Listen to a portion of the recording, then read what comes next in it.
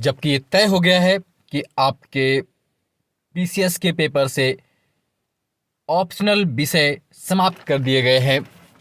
Optional विषय, वैकल्पिक विषय जैसे history, geography, polity, civics, economy, जो भी आपके ऑप्शनल थे उन सब की विदाई हो गई है और अपना प्यारा यूपी, उत्तर प्रदेश आपके सिलेबस में ऐड हो चुका है, वो आप सब जानते हैं। यानी कि अब यूपी का ऐड होने से आपको क्या क्या फ़ायदे होने जा रहे हैं वो आप देखते हैं।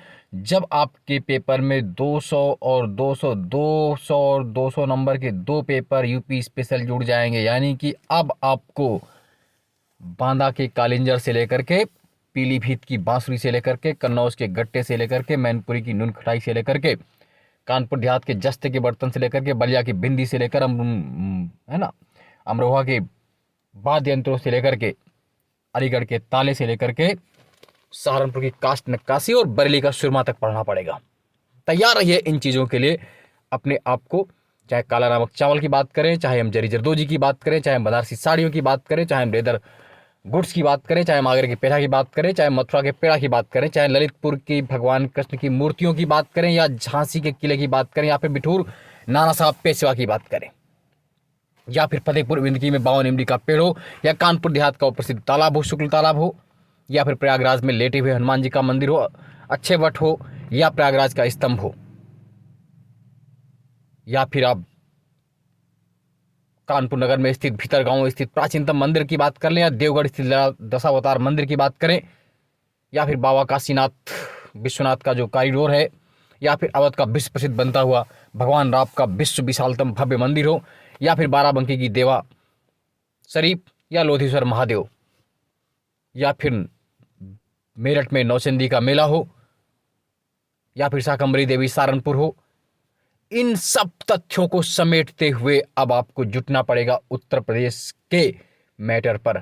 चाहे आपको पूरा पाषाण काल बेलन घाटी खोजनी पड़े, या फिर आपको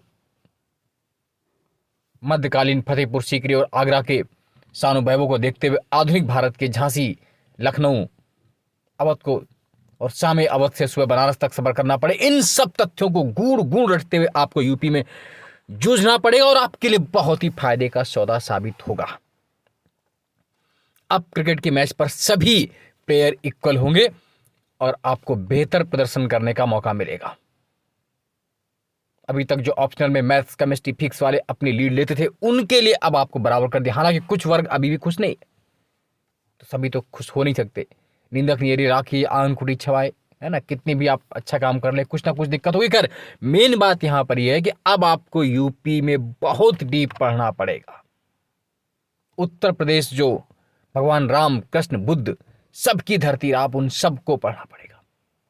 दुनिया का जो सबसे प्रसिद्ध दोआब है यूपी में, गंगा यमुना, वो आपको पढ़ना पड़ेगा। इतना ज्यादा यूथ है, इतनी वैलिडिटी है, मां विंध्यवासिनी से लेकर के आपको शाकंभरी देवी तक के दर्शन करने पड़ेंगे।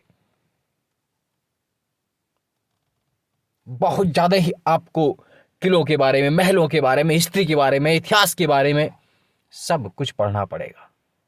कहाँ बांसुरी बन रही है तो कहाँ पर खड़ाऊ बन रही है, ये भी आपको देखना पड़ेगा। क्यों ऐसा हो रहा है? सराय नार राय, दमदमा, आंवले का है ना, आंवले का उद्योग प्रतापगढ़ में क्यों है? तो फिर कौशाम्बी केला के लिए क्यों प्रसिद्ध है? तो और यह देसी घी के लिए क्यों प्रसिद्ध है?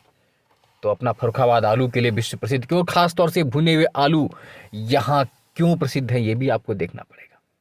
तो कन्नौज का परफ्यूम पूरा विश्व लगा रहा है आज, इसको भी ध्यान रखना पड़ेगा। तो कानपुरी दाल हो, या कानपुर जाजमाऊ की टेंडरीज हो, या फिर गंगा यमुना का संगम और उस पर लगने वाला कुंभ और उस पर लगने वाला महाकुंभ, माघ मेला, कल्पवास, रामनगरिया मेले से होते हुए आप बिठूर के कार्तिक मेले तक सफर करेंगे, या फिर बनारस का नकटैया मेला हो, तो फिर आगरे का कैलाश मेला हो, तो सुलह कुल महोत्सव आगरा भी आपको पढ़ना पड़ेगा। और खाने की बात करें तो आप कानपुर ठग्गू के लड्डू से होते हुए, उड़े के रसगुल्लों से जौनपुर की जलेबी, इमरती होते हुए आपको मुन्ना समोसा भी याद रखना पड़ेगा कानपुर का। तब इतने मन से आप घूम लीजिए उत्तर प्रदेश, ताज महोत्सव से होते हुए रामायण महोत्सव चित्रकूट अयोध्या से, कजली महोत्सव महोबा से लेकर के, चरकुला डांस से लेकर के आपको नटवरी डांस पूर्वांचल तक पढ़ना पड़ेगा। और तो और अगर हम इनकी सबकी बात करें तो आपको एक एक शब्दों में, अगर एक तरफ आपको राम जन्मोत्सव में आपको जोगनी और क्या बोलते हैं उसको, कजरी, सोल्ठा और आपका ख्याल, ठुमरी, ठप्पा भी जानना पड़ेगा, तो एक तरफ बड़े मन से आपको कजली रास भी गाना पड़ेगा, तो तीज भी गाना पड़ेगा, लावनी भी गानी पड़ेगी आपको।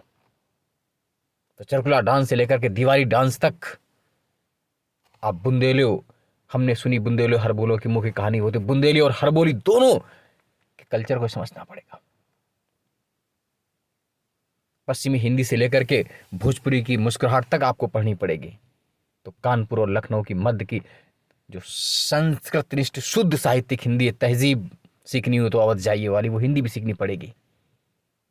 बुंदेली, अवधी, ब्रज, कौरवी, कन्नौजी। तो इसके अलावा आपको बाबा तुलसी की रामचरितमानस, बाबा तुलसी की विनय पत्रिका से होते हुए, सूरदास के भ्रमर गीत सार में डुबकी लगाते हुए, रसखान की रसिक वली से लेकर प्रेमचंद के गोदान होरी से परिचय प्राप्त करते हुए दिव्या तक जाना पड़ेगा। तो एक तरफ फिर आप बंचर जी के क्या भूलूं का याद करूं से लेकर के अज्ञे कि कितनी नदी में कितने द्वीपों तक पहुंचते हुए अंततः आपको एक बार महादेवी वर्मा के आंसुओं को भी देखना होगा। तो फिर जयशंकर प्रसाद के कामायनी में भी आपको नजर लगानी पड़ेगी। तो फिर अगर आप आगे बढ़ेंगे तो उन प्राचीनतम इतिहास से होते हुए अगर आप सिंधु घाटी सभ्यता के आलमगीरपुर से चलेंगे तो वैदिक काल के ब्रह्मोत्तर प्रदेश में जरूर गुजरेंगे, और वैदिक काल के कुरु, कौशल, पांचल, काम्पिल, पांचाल, अहिछत्रा, हस्तिनापुर, इंद्रप्रस्थ होते हुए आप कौशाम्बी तक जरूर आएंगे। तो उसमें आप महाभारत और अर्जुन परीक्षित को देखना नहीं भूलेंगे। तो आप राम का अवध धाम जरूर पढ़ेंगे। तो प्रयाग को ही पढ़ना पड़ेगा, को कही सके प्रयाग प्रभाव कलिमल हर कर। तो आगे बढ़ेंगे तो बाल कृष्ण गोपाल की नगरी मथुरा के बिना आप नहीं रह सकते। फिर जाएंगे तो आपको बुद्ध तक, श्रावस्ती तक चलना पड़ेगा, सारनाथ तक पहुंचना पड़ेगा। और आगे बढ़ जाएंगे तो आपको फिर अशोक का धम्मा भी देखना होगा और चंद्रगुप्त मौर्य की साहसिक पॉलिसी भी देखनी होगी। तो आपको गुप्तों का स्वर्णकाल भी यहीं पर देखना होगा। प्रयाग प्रशस्ति हरसेन की भी पढ़नी होगी, तो बिटौरा का शिलालेख भी पढ़ना होगा। तो हर्षवर्धन का भोग महोदय श्री कन्नौज का, निकुंज कन्नौज को भी देखना होगा। तो आगे बढ़ेंगे तो आप राजपूतों की तलवार भी यहां देख पाएंगे। बड़े लड़िया महोबा वाले जिनकी मार सही ना जाए, आपको महोबा भी देखना होगा। आला उदल के उदल चौक, हमीरपुर और महोबा से गुजरते हुए आपको राजा कंपिल, कालिंजर तक पहुंचना होगा। तो आपको जयचंद, पृथ्वीराज चौहान और मोहम्मद गोरी के संबंधों को भी देखना होगा। तो आगे जब बढ़ेंगे तो आप फिर और भी मुगल काल में आ जाएंगे। तो आप फिर अकबर के शाही हरम से होते हुए आगरा के किले में प्रवेश जरूर करेंगे, मीना बाजार भी झांकेंगे। तो फिर शाहजहां के वैभवशाली ताजमहल में भी 2 कदम रखने होंगे आपको। उससे आगे बढ़ते हुए आप अंग्रेजों के लाल डफरिन, मेयो हॉस्पिटल्स, इन पर भी कदम रखेंगे। तो जैसे ही आप आगे बढ़ेंगे तो चमक उठी सन 57 की वो तलवार पुरानी थी, नाना की मुंह बोली बहन थी।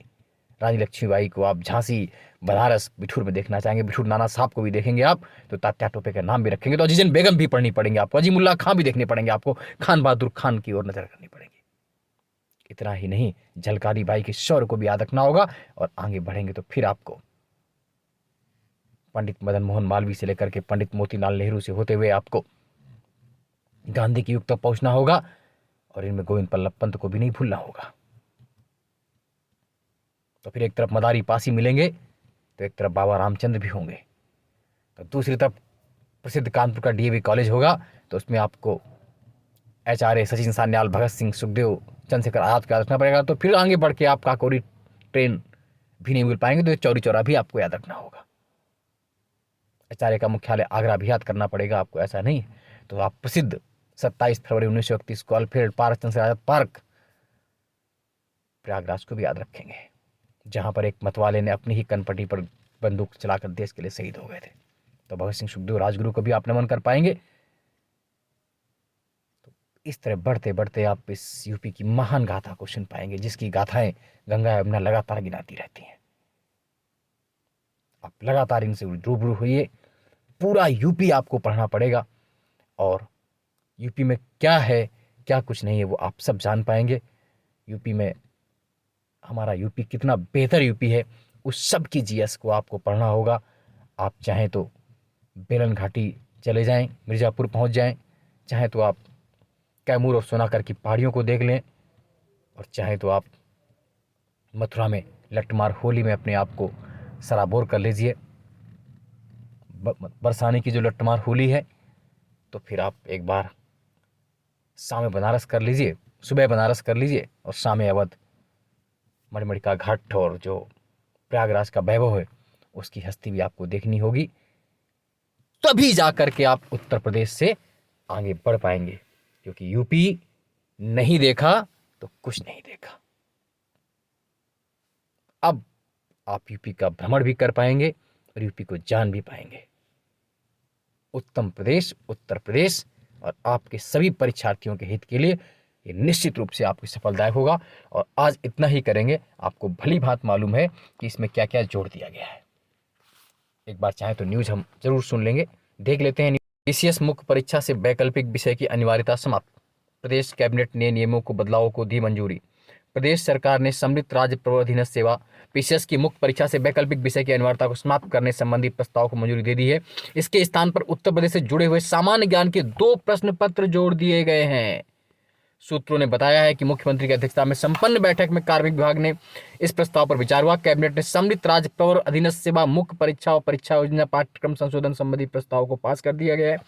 इससे स्केलिंग को लेकर काफी समय से चले आ रहे विवाद को खत्म होने की संभावना है। सम्मिलित राज्य प्रवर अधीनस्थ सेवा पीसीएस की मुख्य परीक्षा में वैकल्पिक विषय की अनिवार्यता थी। मुख्य परीक्षा में विज्ञान विषय के अभ्यर्थियों को मानविकी विषय से अभ्यर्थियों ज्यादा अंक मिल रहे जाते थे, फिर स्केलिंग के नाम पर अंक घटाए बढ़ाए जाते थे, किसी का नुकसान किसी का फायदा होता था।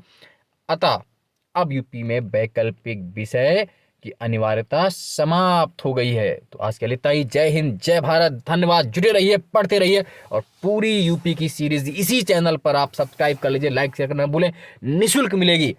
आप बेहतरीन उत्तर प्रदेश कराया जाएगा। जल्द ही आपके वीडियो अपलोड होने पड़ेंगे। पहले आज का वीडियो जरूर सुनिए, लाइक सब्सक्राइब करना भूलें। जय हिंद, जय भारत, धन्यवाद।